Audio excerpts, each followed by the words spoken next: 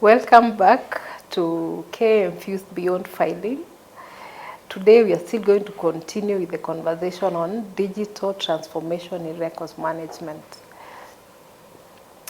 Welcome back to the show, guys. Stroke mentors. Pauline, I think I don't want to say that we are. You said we are 0.0. I don't want to say we are zero, like zero, that, zero. Going down.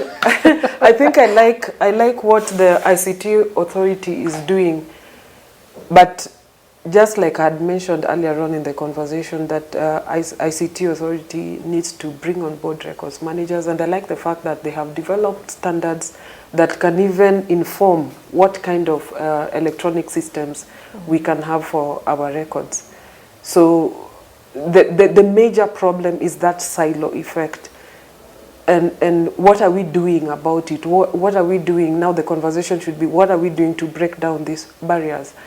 And it should also be a larger conversation within the information science professions that what are knowledge managers doing towards ensuring that they bring out the gaps, and as much as they bring out the gaps, feed into bringing the transformation that we're looking for digitally. Everyone can now come on board and we have a different conversation that, yes, as government we want this, and as government let's now look at digitization and digitalization as enhancing business processes as opposed to cutting off people within their various practices. Because again, if you look at the digital aspect and the digital conversations, many people think that hapana ukileta mambo ya kompyuta hapo sitakuwa na kazi. Inakuwa that simply. Yeah. Let me give you a scenario that I normally give, though a bit controversial. You are controversial. I am controversial. I am active. I always say, if you own a home of 100 million, which is fine, God bless you, KRA's figure should be able to explain. Explain. Because you cannot be doing returns at KRA of nil or 100,000, a million, 10 million, but you have a house of 100 million. So digital transformation would mean that the day you go to buy that land, there's an alert. You either stole the money, or God does not give you money from heaven. That's a lie. Money is either given because you earned it, you stole, or you were given. I can see you're not justifying why KRA should be able to spy. I personally think that digital transformation continually saves your country answers that you may not be able to get out of people. Because if this data is available, by the time you're going to pay 2.5% or whatever percent for stamp duty, there's an alert at KRA. Then they can ask you to do a personal audit. Because then why did you buy? How did you buy that? Again, I'm sure it's a conversation we don't want to have, but it's true. We need to ask ourselves these questions. Why? All of a sudden, you're driving a 60 million car and you're jobless. It's fine. Who gave you the money? It was a grant from him. Fine. Let's investigate him then. So digital transformation is many things. You own that land, yes. But that land has been idle for 30 years. And you're saying you own the land. 30 years ago, how did you acquire the land? So you said you bought the land 30 years ago. Let's go back to our document. Because even if it's fraud case, it has no, I think, time. It's called statute of time. Let's go backwards. Find out. You say in 1993 you bought that land. It's fine. So how did you acquire the money in 1993 to be able to acquire that land? Or you were given a letter by the President Moi, it's fine. Where is the letter? So if you say it's not available, fine. He pronounced it. Moi used to record all the speeches. Let's see which one it was. So digital transformation means that we must also agree that we are going to clean to drain the swamp. Because there are a lot of bad things that are going to happen. Because if you streamline strategically operations of a country, it means now you're operating from one bowl. Yes. One transaction affects like 30 other things. Right now we are struggling. I heard yesterday there was a discussion because we had a conference for ethics and anti-corruption, and they were saying now politicians need to do a public audit. That is information KRA would feed us in a day. If we're able to link all that, and they would say, You own 100 homes and you do that. I don't want to comment on that. That's because you asked about digital transformation. Let me say, as you end up, let me give you a very good example. You can be arrested in Kisii, put in cell, and someone would want to bail you, but they're in Mombasa. They have the bail money in Mombasa. In a civilized nation, they would get a code, which they would punch in, the money would be paid, and you'd be released. So when I tell you we are at zero, it's because some of these simple things we take for granted affect us. You have to travel from Mombasa to Kisii. Exactly. To bail someone out. We have a police case where you're being told you have to go to court, yet we have refused to automate spot fines. So when you talk about digital transformation, it's because digital transformation means even your way of doing life becomes very easy. If I buy land from you, it is as simple as moving it from your portal to my portal. Now you have a title in your house, it's just a piece of paper. Because the documents behind this title is what proves that you actually own the land. Not the document that you hide in your safe. No, what you'd be hiding in that safe is copies of the parcel file and the green or the white card. Not this document that mnafichanga. The face of it. That's why you go to court. Mnasimama hapo kotini, uko na yako, niko na yangu. Then judge anasema, court clerk, please give us the parcel file. Wewe ulinunua yako genuinely, but nilibadilisha documents. Parcel file inakuja ni Simon. Then I tell the judge I want to sue you for defamation. But you know, it's also very sad. They are saying we're at zero. And you brought that example of, you know, a land title and whatever is supposed to be in the parcel file. Do you know there are cases where people have all that documents? Like the 3 owners have all those documents. So it's actually, it is sad. I don't know whether there's such word as a sadder situation, but it is that sad, basically. Now, Pauline, it's good you've brought in that aspect, and it's good that we are all information scientists and records managers per se.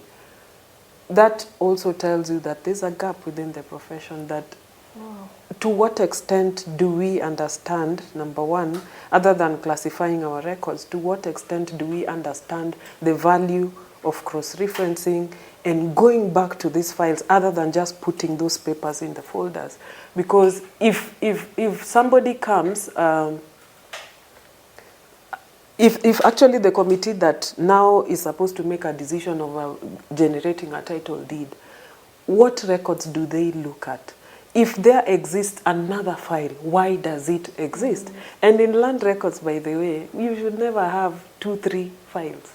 If one piece of land should have one file. I know that and that now brings in the conversation of why are we encouraging within the profession of opening temporary files?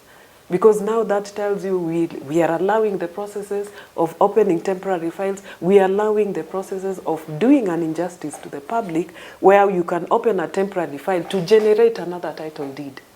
So don't we normally do that because ile kwanza haikupatikana? Yeah. We do that, but is it the right thing? That is what I'm asking myself. But it's because of the serious institutions that matter in our country. National security, land, police, immigration. Those institutions, information management should be at the CEO, deputy CEO level. Yes. Because one small mistake and it's either murderous or chaotic as a country. So we just need to appreciate the fact that when people say about land, I say Ministry of Land should actually be under the Ministry of National Security. Because we have a lot of, one slight problem with land and people start killing each other. It's an emotive topic. That's why you see me not mentioning a lot of things, because I'm telling myself, the more people know you understand records, the more you're able to, tomorrow you wake up and you're gone. And I don't want to be sent to the other world. But the honest truth is, even if you look at a good example like a voter register, one mistake in a voter register is able to bring chaos to a country. Exactly. One mistake. Yes. Higher. And maybe it was an honest mistake. The public never understands an honest mistake. They expect that when you do documentation, they are perfect. One mistake in a declaration of a winner, akisoma pale asome the wrong one, it's chaotic. So when we discuss about records management, we are saying you cannot be perfect, but we should be near perfect when you're managing physical records, so that should you move them to electronic records, you have good records. Remember, if we scan garbage, we are breeding chaos in future, because this garbage will be fed into the system, it will go to digital transformation, now we start having chaos left, right, and center. So we just need to understand that even as government says we need to digitalize department processes, whether it is a spot fine, whether it is acquisition of land, whether it is our passport, registration of companies, one small mistake and it's super chaotic. And that's why I'm happy. Things like e-citizen, now we have two-factor authentication. You log in, but you get a copy on your phone. You transfer a company, but someone else gets notified. So those are things that happen. The same had also started happening at NHIF because they realized people would use documents to claim. Now they go to a level where for you to claim, you must have the phone of the original guy who you're demanding admitiwa. So those things happen. So as we go to electronic, we increase the risks, we increase the opportunities of fraudsters. That move from physical to digitalization is the most chaotic and is the most dangerous. Because if it is title Yavili, the day we are scanning, I ensure I have stolen the physical file for Vili, charged with another one, then taken the original title and scanned a different one. Now the next thing I'll be doing is figuring out how do I steal Vili's original title. So that when Vili goes to court to claim LR number 30 is hers, then the judge will quickly request for a copy of the record. Now what copy is there? It's not Vili's. And that, so even when it comes to spot fines, arrest me here because I was speeding. It's fair enough. It's your work as a cop. Book me in. Now, in a civil nation, it should mean that on 30th, if I am a government employee, government deducts my money automatically. If I'm a private sector employee, when you file payee, CKR inakwambia this is a payee, already it knows uko na fine ya NTSA ya 10,000. So pay yako inaongezwa 10. So HR anakukata. Those are things that we can actually do by integrating our systems comfortably. But we say we fear integration. I'm always asking, how do you fear an industry that you've been not to? A world you've not experienced, how do we fear? We used to fear e-citizen. Now everyone is saying, pelekeni kila kitu e-citizen. Yeah, but the e-citizen was such a... It was a discussion that was so big. And you know, another day, by the way, it's very funny. I listened to a discussion this morning. Spice FM, the not founder. Spice. It was on Citizen. Okay. Citizen Live. It's morning. It's called Morning. Daybreak. Yeah, that one. You know, I sat there. Okay, this is controversial, but I sat there and listened to a whole guy. Explaining. E-citizen. And how you need KRA PIN, how explaining the wrong process, you know, of having an e-citizen account. Actually, it was neither here nor there. It was bits from here. You know, I was almost calling. Like, actually, why are we listening to this? Try to explain something that they do not know. But so that tells even up to now that people do not even understand. This is where we have a problem. E-citizen is an amazing thing, just like the Huduma number. But who gives knowledge to Kenyans about this is a problem. Exactly. The public awareness is also a problem. This is what I said. I personally never took the Huduma number. One, because I never understood the difference between my ID and Huduma. So I never, actually, I used to go to work normally, because one, I tried asking everyone, what exactly are we doing with this number? What change is it bringing? And what more does the government want that it does not have about my information? Because the government has all this information it is asking you to provide. So why was it hard for it to ask, if they were going to ask you about your assets, why was it hard for it to ask KRA or to ask lands to supply that information? Because we're saying Huduma number will be the single document used for transactions. We are not yet there. I think it's good to differentiate between theory and practical. Practically, we are not there ready to use Huduma number as a single source of information on someone. One, because we have a lot of loopholes. Secondly, because we have not yet agreed to merging of data. Because we have right now, it's only where I'm able to be identified through NEMIS that I have child A or B or C. Because now NEMIS is a education model. If we build on that, we are doing a good job. But let's not build on something that it has to start somewhere. Because right now, I feel very sad when Kenyatta announces 600 dead bodies, and they put there unidentified male, and yet you have fingerprints available in like 10 institutions in your country. It means then that we are even failing the dead. Because go to and then after 100 days they do away with the bodies. Because they say it's, I think, 101 days that there's an act for the morticians or the pathologists. We are doing that, but we are even failing the dead. Because I look at that, serious, and then even when you go to UFA, they have too much unclaimed assets. Why is it hard to trace these people? Or Jubilee or any other insurance announces all these people with policies are being looked for. Man, if we had a foolproof system, it would mean ID number for Vili can be traced to the mother. So even if Vili is unavailable, the law has next of kin and who gets your property when you're dead. Yeah, because there are all those if I am not, yes. Not even that. Before Vili got her ID, she filled her parents' details. My parents actually used my mother's ID. Good to do that. Copy of it. The day she went to fill her passport, she was asked, "Do you have a spouse?" It was either maybe Phil. Do you have a brother or sister? Filled. Every other information is there. Yeah. And it's available with the same people who come and ask you, we want to know how you know these people. Yeah, so until the time when we'll break those silos and stop the mentality of the silo effect even within our minds. Because I was reading, I think it was yesterday or the other day, people have grown knowing that knowledge is power. But it has made us become monsters. The fact that you have knowledge should not make you feel powerful. That knowledge is only powerful if it is shared. And through our digital systems, when we transform through the digital systems, that's when we now become more powerful, we now become more accountable for those of us who work in government.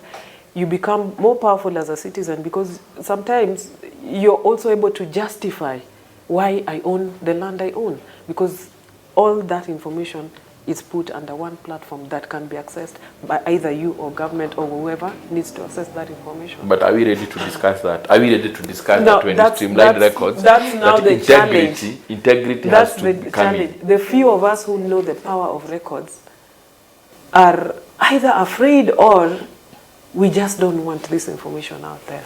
Imagine waking up one day and you're told this person is unavailable, and we have even systems that can do facial recognition. That means you were able to share data across the country. One of the institutions would have captured you somewhere. That doesn't work. So when you discuss digital transformation, it's huge. It's a huge topic. Yeah, it's limitless. So are we afraid? We are afraid then again. Are we afraid, or we just don't know what it takes, or we don't know how, you know? By we, you mean who? Because me, I want the system to work because I'm not corrupt. I want transformation to work because I believe in accountability, and ethically I think I'm okay. Does that corrupt person really want it to work? Do they want even records as a unit to be powerful? Do they really want to sit down and say that the head of records has this much power? Because that will bring into question the fact that you not do things left, right, and center on your own. And are you saying something without saying it, that we are afraid of it working because we are corrupt? My God, we are corrupt. It is, if you know, the other day I was with a Mzungu friend of mine, and a cop stopped us, and we spoke. Then the cop was like, "Nunua chai." Then the Mzungu was like, "What did he say?" No, he wants 100. Then the cop was like, "No." He actually left the car to go and tell the cop, "This cannot happen." And the cop, and he actually lectured the cop because his integrity does not allow him to do that. Same thing happens to our government institutions. And it's good you're bringing this to. Why is it that when you give birth, and you want to get your birth certificate, it takes time. Why is it that you already been certified dead? It takes time to get a death certificate. You're already dead, for Christ's sake. Why is it that when I clear fourth form, it takes long for me to get these documents? Why is it that when you graduate, it takes long for you to clear? It is because we are too corrupt to allow processes to work. In a normal scenario, it should be, I sent a letter to Vili, may I have an appointment? Vili replies via an email, no, because the boss is away, period. But now, the letter before it goes to Vili, there's someone else who wants to tell me, I can help you get that. but in a situation where there is no corruption, for example, there is no corruption. Assuming there is no corruption, it's just that when you graduate, the process states that you're supposed to stay maybe 3 months before getting your certificate. It's maybe because of how they have done how they have structured their process. And now that again brings us to the point of the business analysis process. Like even before doing anything, before even imagining that we can do even the digitization or the digitalization, there's also that aspect of looking at the process as it is, and maybe now trying to re-engineer here so that we see whether that could be the problem. That could also be a problem. Most of us do not take time to analyze the business processes and their byproducts. And to a large extent, we also don't take time to do a proper risk analysis so that we're able to know what is dangerous and what is not dangerous with each of the processes that we have. And it's an interesting conversation to have within the records management fraternity, because I normally ask, and I think this is also a question that I asked you, what are we doing towards knowing the processes within our systems? It should not just be about the accounting process only. It should be a holistic business process analysis so that you can picture the workflow and now transit it into a digital environment. You see, we have the practical processes and how they should run. And in most cases, when you hire individuals into organizations, they get inducted. These are the processes, this is how it works. In an ideal system where we have the actual ICT system, it's already preset, so you won't jump the system.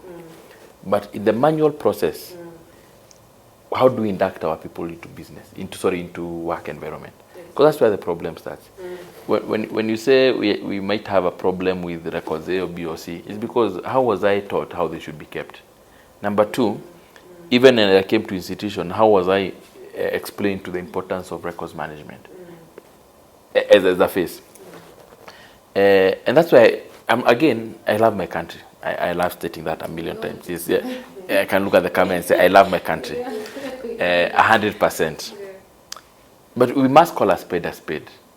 In terms of processes, we still run with processes that were invented by our grandfathers when they were working in the civil service. So they are too slow, they are too colonial, and they're too archaic. So that makes it when did you analyze all this? It is because look at a simple process where you have an issue here with a cop, you have to go to the police station to do an OB. That is what my grandfather was doing in the 40s. The cop can do it with your phone, fill an OB and tell you this is your OB number. So why are we afraid of saying we're in the 21st century, this is what should be done? We're in the 21st century where we have processes and it's still very hard to know where your payment is. Because a payment approval is a person, it's not an office. Okay. The office of a head of procurement exists whether he's there or not. True. So the moment he's not, there's a deputy who should take over up to a certain level with approvals. That is a conversation we must have if we need to streamline records management and processes, where the office of the CEO of Remea exists whether I'm there or not. Someone will do the work, someone will reply to your email, someone will issue you with a check, someone will do, whether I'm there or not. It does not need to wait for Simon to come in tomorrow to have it done. Because again, if records have to be streamlined, then we also have SLAs. We always forget that from the strategic plan, it boils down to how quick should I be able to serve you. Now, me serving you is a document, or is a letter, or is a response I need to give you. But you say, hii barua tulikuwa tukutumia last week, lakini mkubwa hayuko assign. What if he dies? Assign. Now, Don, you know why that happens? That happens because, and this is something that I realized way back when I was just starting employment. We have, over the years, had trust issues. We don't trust each other. And it's unfortunate that even in organizations that we profess that we need to have a value of teamwork, we don't trust each other. And these issues of trust have penetrated into the records management systems such that you find a system that was centralized involuntarily becomes decentralized because I don't trust Dawn with my records. I don't trust Pauline with my records. And probably that is still what is even hampering the digital transformation process. And the moment we figure out how we can trust each other with our systems, with our records, that is when we will get a real. Then that would mean that it's just a confirmation that we are too unethical as a country. Probably. Because I should trust you. If we work together in an office, yes. I should trust you to sign a letter, and it has no problem. But I will always have an interest. We always have an interest in something we are doing. I don't think there's anyone in private or public sector who does something 100% without an interest. Okay, I agree everything is about interest. But we've made it so hard that even professionally, we are not able to function. And that's why we corrupt the documents. Because tell me, why shouldn't a letter be replied within? You'll find most organizations, within 7 days, you should get a response to a letter. But then, if they get a boss who insists, all the letters must come to me. Even the letters where you know, let's say you're the executive assistant, he in HR work. So si lazima umpeleke. See, HR, I have your letter here, work on it. But now, this boss has to sign now, same thing you're doing, he has to write to that letter, HR, for your action. But you see, Don, maybe that is what the process dictates. So that's why I'm saying it's colonial mentality that we have brought into a world where we want Gen Z to work. Yes, that is why countries like Finland and Sweden or the Scandinavians are also discussing why do you need a 5-day work. If I asked you today why you need a 5-day to work, you have no answer. But you found your grandfathers doing 5 days and then you continued. You found them in private sector doing 6 days, it continued. If we ask these questions, we are not asking because we hate our country. It is because, just like they have asked you, who said you have to be booked in a police station? Utaniambia, ni hiyo ndio process ya serikali. So, we are here saying that the issue of digital transformation, it's all about strategy. We've also seen the aspect of integrity while doing all this. And it's also, someone said, Dawn actually, the other one we said we are at 0, you know. And I don't want to be roasted online, but I was just being honest no, we are not to the fact. To roast you, we are just I'm just being honest to the fact that culture-wise, work-wise, we are still too analog in thinking, too traditional in thinking, and that really affects any digital thing that we want to do as a country. And it's good to be honest, because we those are the questions that managers up there need to have with the guys they have in the offices. Yes. You won't come and force me to use emails. We are in the 21st century. We still don't have government employees with official emails. So do I need to go deeper? Is that true? No, at least we are trying. We are trying. For emails, we are trying. We're guys, trying. comment on there. Tell government employees to comment how many have official emails. Apart from the ones in parastatals. Yes. Parastatals, and not all. All the other employees are on Gmail. Let me even give you a practical example. Last week, the government requested us to do submissions on treasury. Part of the email was a Gmail. I'm not the one who did that, but it's on NTV. Sorry, it's on Nation newspaper. Yeah. So all these are facts. And the problem with facts, they're stubborn. Because they will always show there. Today, check the newspaper today, check the adverts done by the public sector, mostly ministries, there'll be a Gmail. So are we trying to say that we still want to go there? And we've not even started with the basics of communication. Because the basics of everything will be, when all this thing is done, you'll need to learn how to communicate. Are we trying to say that we'll give government information to Gmail accounts? Because that's what happens. Anyway, I think bottom line is, when we think digital transformation, what do we understand by digital transformation? What questions does it trigger in our minds? And is it digital transformation just for government only, or even the private sector? What transformation are we looking for in our digital environments? The first president had a legacy of ensuring we didn't go to war. Second president had that legacy of ensuring we were united amid these coups in Africa. I'll take you through your country, so that you understand I love my country. The second president needed to get us into a financial stable position. Every president has something we expect him to do. The fourth president needed to ensure that our infrastructure is working. The fourth president needs to do industrial revolution in digitization. He needs to take us digital. He needs to ensure we can access services at the right time, at the right place. So the biggest legacy your president can leave this country is not anything else. It is ensuring you as a mwananchi can access government services by a click of a button. Remember, if we were in Tanzania, tungesema awamu ya rais. So here, awamu ya rais watano wa Kenya need to ensure that my grandmother, deep in Nyandarua or in Laikipia, can be able to secure her money and check her retirement money by a click of a button. That is the honest thing we request as we push for this digitization, empower records information management in Kenya to a level where that can have. So that culture will change from the top. Let me tell you, we don't fight corruption from below. We fight from top. We will not transform the country digitally. We only do it from the top. So unless that is done, everything else here is just a joke that we are doing. But the moment the president says, this way we are going, you want your ID, this is how, you want this electronic, this is how, we will have a fantastic country. And that is a legacy we will have. The roads are already done. Our economy, at the IMF, is called what? The Bretton Woods institutions already know what our country requires. We are not ever going to a civil war. Technically, as a country, we are united. So, are we able to access our services easily? That conversation is what we need to have as a country, is what we need to have as a citizen, and that is a digital transformation end result. Thank you. Wow.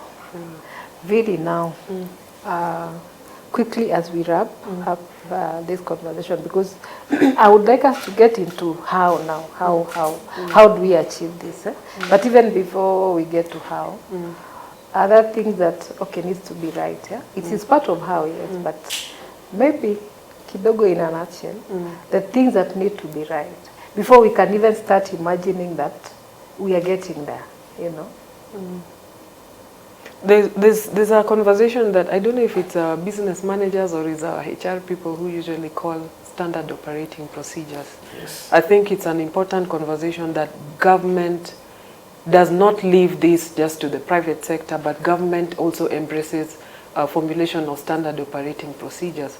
And we should not just just have the documents shelved somewhere.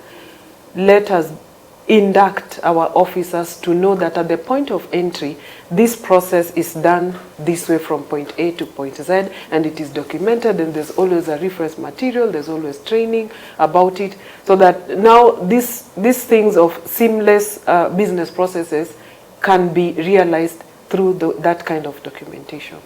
I think that's my take with the whole digital transformation conversation. So we wish to end it there for today. The next one we are going to look at how to achieve a digital transformation situation in records management.